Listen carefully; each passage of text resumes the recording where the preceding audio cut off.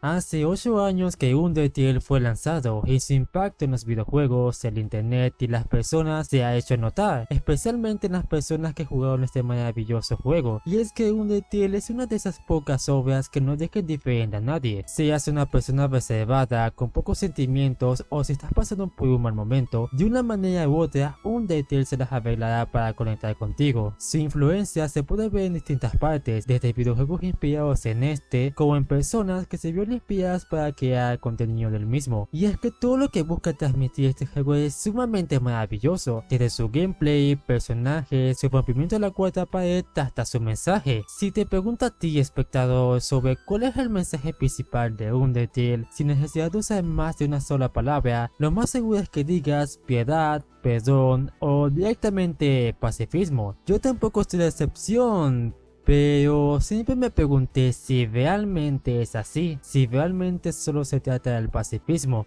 Lo sé que es tonto preguntarse eso sabiendo que la ruta principal para sacar el final que la mayoría considera como canon lleva de nombre ruta pacifista. Pero ¿realmente no hay nada más detrás de eso? ¿Se puede reducir el mensaje de Undertale a simplemente poner la otra mejilla? Teniendo en cuenta que presenta mensajes que son totalmente contradictorios con todo esto, en especial ciertos personajes. Son esas cosas que parecen llevarle la contraria a ese mensaje de pacifismo, lo que me lleva a pensar que realmente lo que Undertale trata de hacer es destruir el falso pacifismo.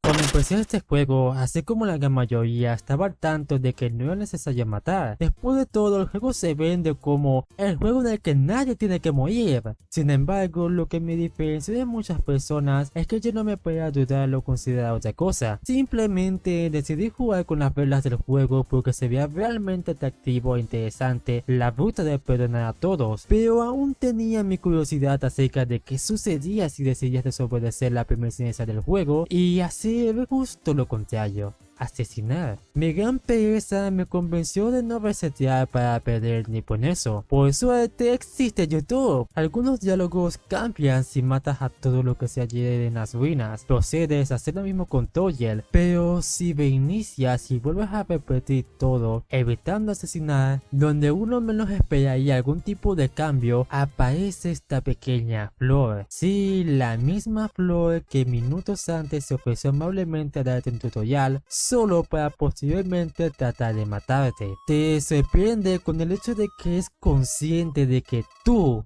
has matado a Toyel. Se burla no de Fizz sino del jugador por no tener las agallas ni el valor como para soportar el peso de sus acciones y decidió hacer borrón y cuenta nueva. Pero no, eso no se queda ahí. En esta pequeña interacción expresa a la perfección las intenciones del juego junto a su extremismo. La mayoría de personas que empezaron Undertale sin saber de qué se trataba ya han jugado un RPG antes de comenzar con este juego. Y como es de costumbre, hay cierta tendencia por aniquilar todo enemigo que se ponga delante tuyo. Esta no sea la excepción considerando que cuando inicias un combate, el cuadro del texto dice explícitamente X enemigo te ataca. La forma más común de reaccionar es, lógicamente, defenderse uno mismo. Si tratan de matarte, pues tú devuelves el golpe. Así es en los videojuegos comunes que jugamos frecuentemente. Así es en los videojuegos comunes que están en el mercado. Pero Undertale no quiere ni por un segundo que pienses que, aunque esto sea un videojuego, no hay consecuencias detrás de tus acciones, pues por más que corras, por más que te esfuerces en ignorar tus pecados, siempre habrá alguien que sea consciente de esto y te lo recriminará cuando menos te lo esperes.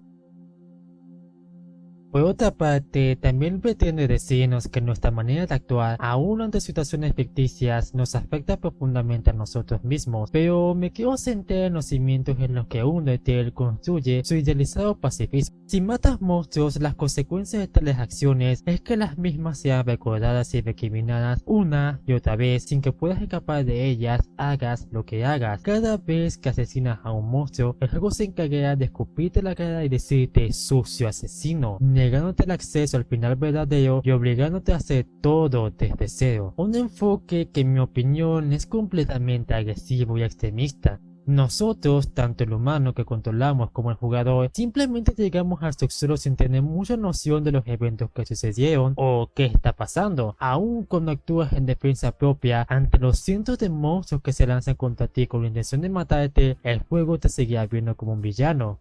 Y este es un punto de vista que el juego quiere que entiendas una vez llegas a la meta final de la historia, donde averiguamos todo lo que los humanos le han hecho a la base de los monstruos, de lo que son capaces y la impotencia de los monstruos por ser incapaces de devolver el golpe o liberarse de la babea. Esto es muy convincente, te hace entender por qué es el villano al tomar tales acciones, pero este acercamiento tan pasivo-agresivo puede no convencer a todos. Quiero decir, sin saber muy bien qué esperar del juego, desde la más pura ignorancia, el mismo no pierde el tiempo en echarte la cara a tus acciones, apelando a la culpa y tratando de hacer peso en tu conciencia. El juego tiene otros medios para incentivarte a seguir la ruta pacifista. ¿Y qué medidas podría tener un juego que no te merecita la cara que es un pecador? Sencillo, a través de buenas visas o en otras palabras, refuerzo positivo. Cada que te esmeras por seguir en la ruta pacifista, el juego no te lo pondrá fácil. Hay muchos jefes, puedes morir por muchos accidentes, pero en medio de todo eso están estas particulares interacciones, esa forma tan peculiar que tienen los personajes de expresarse cada que interactúas con ellos fuera y dentro del combate, para que la recompensa de este esfuerzo sea sacarte una risa o simplemente hacerte pasar un buen rato, llevándote a formar un vínculo emocional, tal vez no con cada monstruo porque, seamos sinceros, si a mí me sacó de quicio alguno que otro por no saber su mecánica, a más de uno que esté viendo el video también. Lo cierto es que al final le toma cierto aprecio a los monstruos como raza, en especial a sus representantes, Toyer, Sans, Papyrus, Undyne, y bueno, el resto ya se lo saben, ¿no? Dándonos la determinación necesaria para seguir con la ruta pacifista y permitiéndonos no solo afrontar cualquier adversidad, sino también lograr cosas que pensábamos eran imposibles, ya sea el combate contra un jefe que nos puso entre la espada y la pared, aquel combate contra el imponente Omega Flowey, o incluso el combate contra Asbel Dreamer, donde teníamos todo en contra. Aún así, perseveras y decides seguir adelante.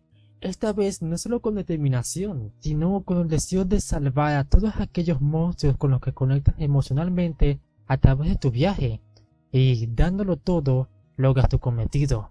Logras salvar al subsuelo, destruyendo el sello y liberándolos a la superficie, obteniendo finalmente ese final feliz que tanto te hizo desear el juego. Después de todo eso ya no queda nada más. Después de hacer felices a todos aquellos que conociste durante tu viaje en el subsuelo, es suficiente. Es hora de cerrar el juego y descansar, ¿no?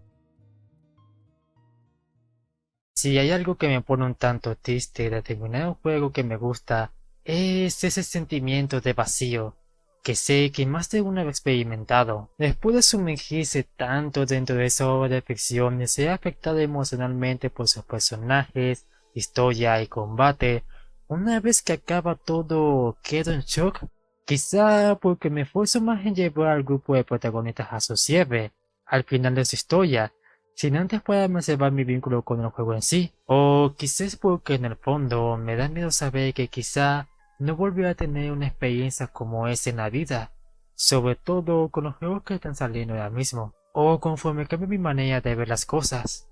El punto es que tras ese vacío llega la curiosidad y el aburrimiento. Es ahí donde comienzas a plantear qué pasaría si hubiera hecho esto o aquello otro. Si no hubiera tomado esa decisión, ¿cuál habría sido el resultado?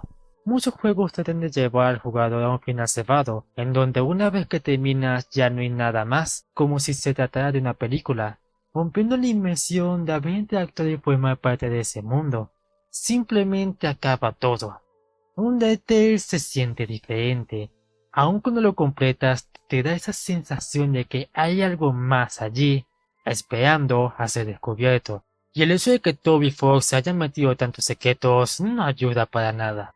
Te quedas esperando algo más, que regrese con más y todo continúe. Algo así como cuando tienes un rompimiento. Esa conexión que sentiste con aquella persona tan especial ya no está y no sabes cómo sentirte al respecto, ni cómo llenar ese vacío, y mucho menos cómo continuar después de eso. Aunque quizás estoy exagerando porque tampoco es que soy un experto en las relaciones. El punto es que en ese periodo de duelo surgen muchas dudas, Repasas una y otra vez el viaje que hiciste y de todo esto surge el aburrimiento y la curiosidad. Empiezas a convencerte a ti mismo de que hay algo más, tiene que haberlo, de que puedes volver y encontrar o hacer algo que nadie ha hecho antes. Es ahí donde encuentras la motivación necesaria para volver a aquel juego, simplemente dar un cierre a esa aventura inicial para comenzar otra. Después de todo, no hay nada que te impida volver a jugar la misma historia una y otra vez, pero tomando decisiones diferentes para satisfacer tu curiosidad. Tal vez ahora probando un nuevo reto, poniendo restricciones para hacerlo divertido. Pero cuando vuelves a Undertale, sucede esto.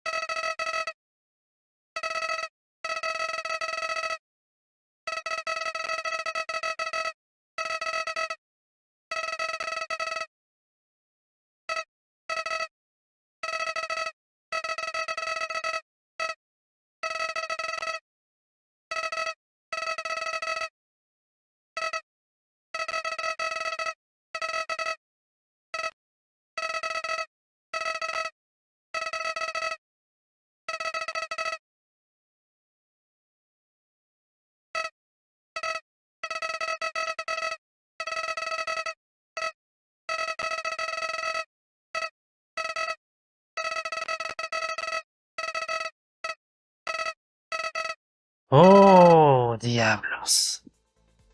Sí, Undertale no pretende dejarte las cosas fáciles en ningún momento. Ese personaje que tanto te molesta a lo largo del subsuelo, que atentó contra tu vida y la de los amigos que hiciste, de la nada aparece, pero esta vez no para molestar ni para burlarse. Al contrario, busca hacerte reflexionar y que des marcha atrás hablando directamente contigo, el jugador. Esta vez no para su bien propio, sino para el tuyo. Esta sería la última advertencia de Flowey, palabras salidas desde lo más profundo de su ser con el fin de que nosotros, como jugadores, conservemos nuestra humanidad. O simplemente le estoy dando demasiada importancia al discurso de una flor que de alguna manera es de los personajes mejor escritos que he visto en mi vida. Como sea, estas sencillas palabras no siguen capaces de detener a todos. Bien, una vez tomada la difícil decisión o no de asesinar a todos aquellos personajes con los que pasaste horas formando vínculos emocionales, y puede que esto sea un poco duro, pero lo digo de esta manera porque creo que es lo que el juego quiere expresar a la hora de que el jugador tome la puta genocida, podemos notar varios cambios y el principal es que es aburrido.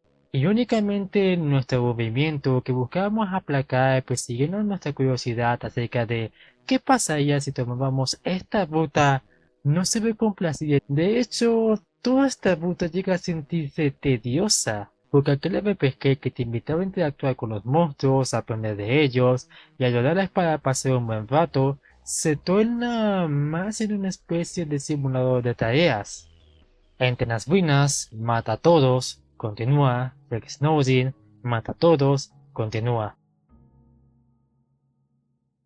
Este ciclo se mantiene hasta el final de la ruta, por si fuera poco la música alegre ya no está.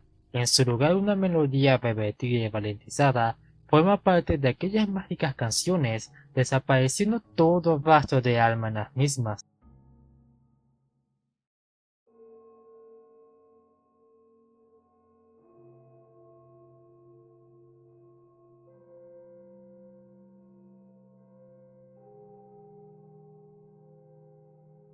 Es esta la manera que tiene el juego de decirnos que lo que estamos haciendo está mal, de que no obtendremos nada al seguir por este camino, como si se tratara de un regaño.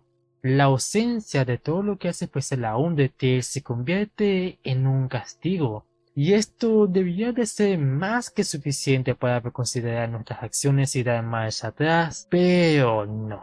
Todavía hay algo que se puede sacar de todo esto, y se trata de los jefes especiales de esta ruta, Undaitun Dajin y Sans.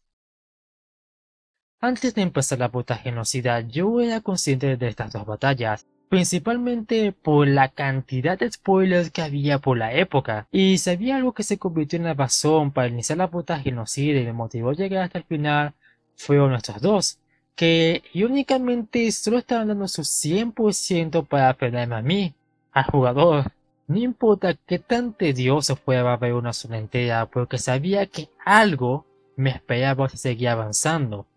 Después de todo, este juego ya había dejado las expectativas sumamente altas, cosa que solo me motivó más a seguir hasta el final, sin importar cuántas veces muriera, que por cierto, para mí fue menos difícil de lo que esperaba, pero aún así esas batallas están bien ejecutadas y son tan satisfactorias que al finalizarlas, lo menos que podía sentir es euforia. Mientras más se esforzaban en frenarme, en que abandonar la ruta genocida y reseteara, más resistencia daba yo con el fin de superar ese obstáculo y obtener mi recompensa, la dulce victoria. Y aunque suena como un lunático, créeme que todo jugador que se ha enfrentado ante un muro en su aventura siente lo mismo. No puede nada tantos clips de personas gritando de emoción al superar un jefe.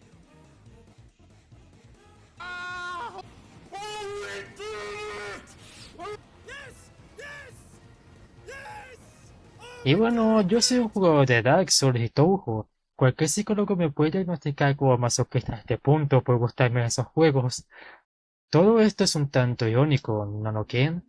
El juego, bajo todos los medios junto a sus personajes, dan su mejor esfuerzo para frenar al jugador, obligándolo a desistir y resetear su progreso para que retome la ruta pacifista. Pero, en su gran intento de poner cualquier obstáculo para frenarlo, es donde esos mismos obstáculos se vuelven la motivación para seguir adelante con su cometido, superar la dificultad, la falta de música y averiguar qué más puede cambiar.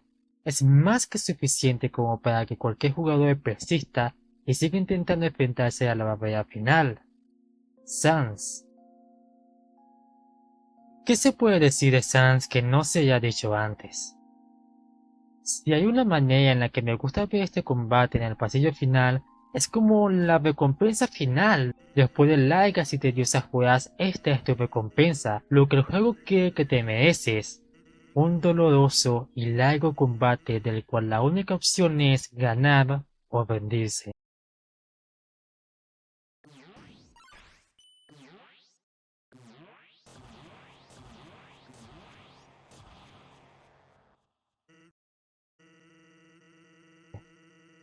Durante este combate, Sans nos juzga mientras comparte su visión de las cosas. Este combate nos permite saber más acerca de Sans. Este no se limita simplemente a dar una visión genial del subsuelo. Eso ya lo hizo en la puta neutral y pacifista. Este va más allá viendo todo como lo que realmente es, un videojuego. Es consciente desde hace mucho en la clase de mundo en la que él vive, pero prefiere ignorarlo y vivir sin esforzarse demasiado. Después de todo, ¿de qué valdría su esfuerzo si en algún punto un desconocido, un ajeno carente de empatía, viene y destruye todo lo que se ha hecho? Pensar en esas clases de preocupaciones volverían loco a cualquiera, pero aún así decide hacer algo. Tanto él como nosotros sabemos que es el monstruo más débil del subsuelo, que no tiene oportunidad contra nosotros, o eso sería en circunstancias normales. Sans se ve obligado a romper las propias reglas del juego para tener una pequeña oportunidad contra nosotros, el ser que siempre puede volver de la muerte sin importar qué. Amo este combate.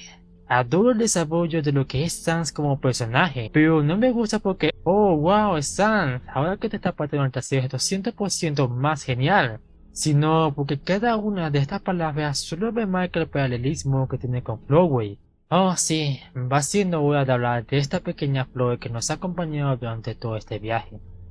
Poco antes de llegar al mundo final conocido como Sans, Flowey por algún motivo decide que somos merecedores de su confianza que somos la viva imagen de aquel viejo amigo que perdió hace mucho, Shara, y nos cuenta más acerca de sí mismo, del miedo que sintió al despertarse y ver que su cuerpo ya no es lo que era, de su falta de empatía, de cómo decidió suscribirse de la vida al ver que carecía de empatía, el cómo, aunque quisiera, era incapaz de dejar ese mundo seguir sin él, acerca de cómo ganó cada juego y perdió cada juego, cómo se hizo amigo de todos y los ayudó, pues eventualmente se cansó de eso, sobre cómo hizo absolutamente todo lo que se podía hacer en el subsuelo. Y al final, todos eran predecibles, simples líneas de código destinadas a repetir los mismos diálogos una y otra vez. Es irónico, realmente cruel el cómo el juego te tacha del malvado y cruel en el mínimo momento en el que decides tomar una decisión propia, la de no seguir sus reglas, la de no seguir su idealizada ruta pacifista, obligándote a empatizar y comprender a cada uno de los monstruos del subsuelo, sin importar si sus intenciones son asesinarte o incluso peor, acabar con tu vida para usar tu alma para sus propios fines. No importa que si no empatizas con los monstruos y los perdonas, entonces solo eres un vil demonio ante los ojos del juego y sus personajes. Entiendo el mensaje que trata de transmitir el juego y la importancia de hacer el intento de entender a otros y empatizar con los demás, pero ¿acaso existe alguien que quiera entendernos a nosotros? Undertale promueve el pacifismo una y otra vez, pero este pacifismo tan idealizado que tanto se esfuerza en remarcar una y otra vez como lo único bueno, solo va hacia una dirección, hacia los monstruos, hacia las pobres víctimas. Quizás un argumento para contradecirme sería el de que los humanos oprimieron y aprisionaron a los monstruos bajo el subsuelo, pero eso es algo que sucedió hace tanto ya que casi nadie en el subsuelo recuerda siquiera la luz del sol. Durante nuestro viaje por el subsuelo, somos capaces de ver la vida, entender la forma de pensar de cada monstruo en el subsuelo. Sin embargo, no hay absolutamente nadie que sea capaz de entendernos a nosotros, al jugador, ni siquiera aquel ente que comparte la misma etiqueta que nosotros, Shara. Pues al final del día solo son líneas de códigos con diálogos y una apariencia bonita detrás de una pantalla. Durante el viaje por el subsuelo es imposible no encariñarse con algún personaje. Después de todo, estos están programados a tener cierto grado de afecto al jugador, y el hecho de que este afecto provenga justo después de haberlos perdonado y ayudado con sus problemas suman a la inmersión. Este afecto llega al punto de que muchos de los monstruos llegan a creer en ti, el jugador, en que puedes hacerlo, puedes liberarlos a todos y hacer todo lo que te propongas. Irónicamente, esta fe es la que en cierta manera motivó al jugador a realizar y terminar la ruta pacifista, como la genocida. Es increíble como todos esos monstruos que creyeron en nosotros fueron precisamente quienes son incapaces de comprender tanto a Fisk como al jugador.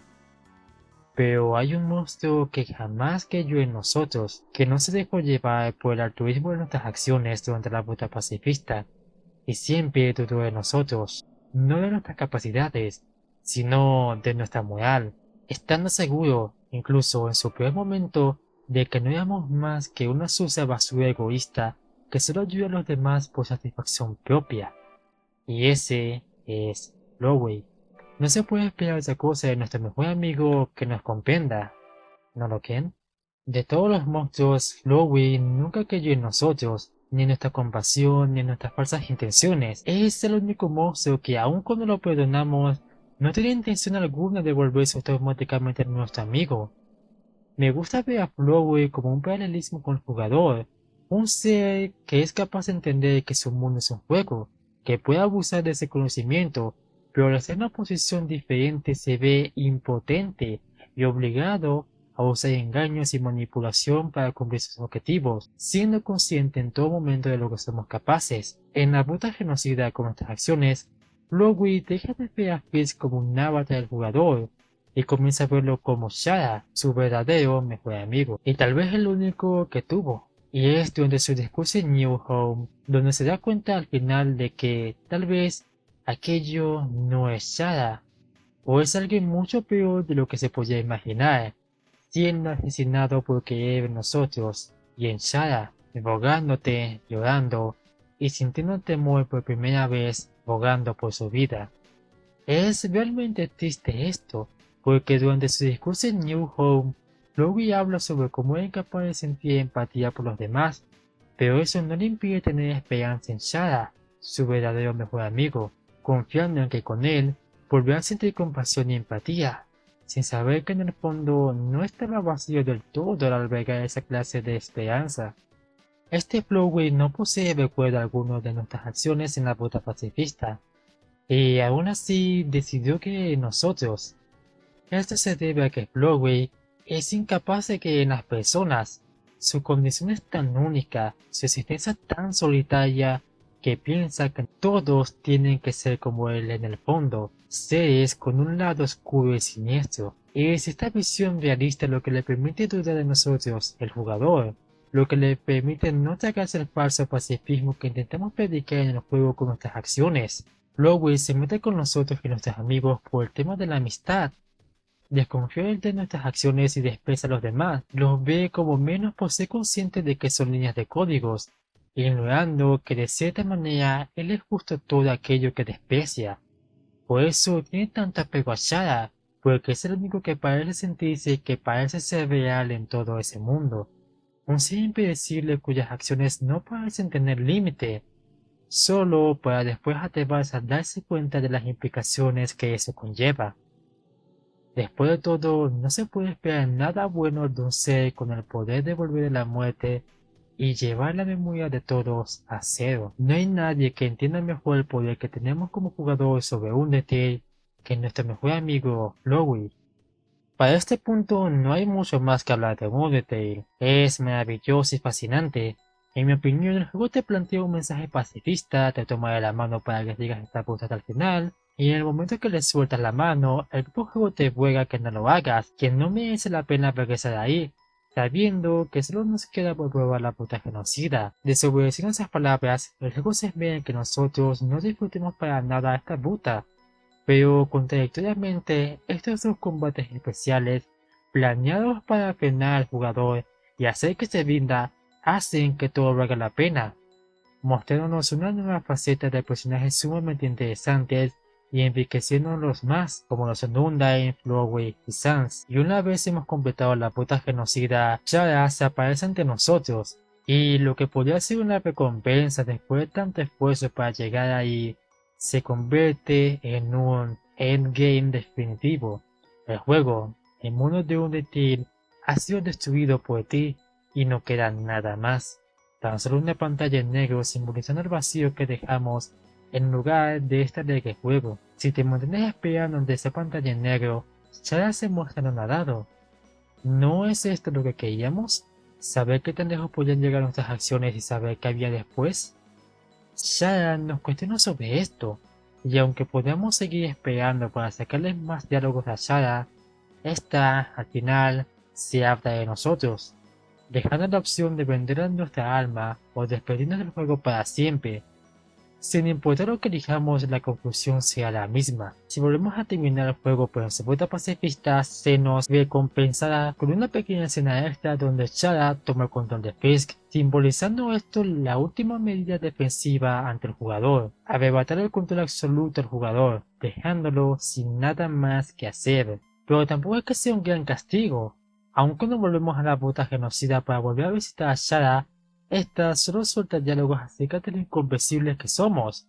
Una y otra vez, después de ese final pacifista, Chloe estará ahí, esperándonos, para rogarnos amablemente que dejemos el mundo de Undertale tal y como está, que dejemos a todos sus personajes continuar sin nosotros.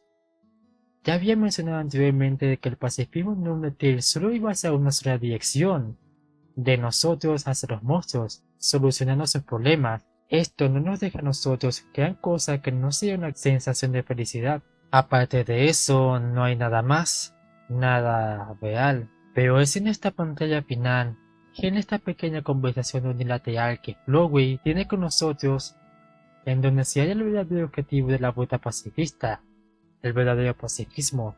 Así como Chloe nos dice que dejemos a los monstruos continuar sin nosotros, aunque no lo diga directamente, también nos dice que debemos quedarnos con aquellos momentos, todas esas experiencias y dejar de aferrarnos a eso. Si bien puede que no volvamos a experimentar algo igual, no es sano aferrarse ni a un personaje, ni a un videojuego, y mucho menos a nada en absoluto. La verdadera paz se halla en vivir y dejar vivir, continuar con nuestra vida sin aferrarse desesperadamente a nada. Eso es para mí el verdadero mensaje de pacifismo que Undead trataba de transmitir. No una paz idealizada en la que tontamente se espera que no surjan diferencias ni conflictos, sino aquella paz que debemos alcanzar todos en nuestro interior y dejar a los demás alcanzar la suya, tendiéndole la mano de vez en cuando a quien lo necesite, teniendo la sabiduría como para comprender que no existe la maldad absoluta y ser capaces de afrontar nuestras propias decisiones.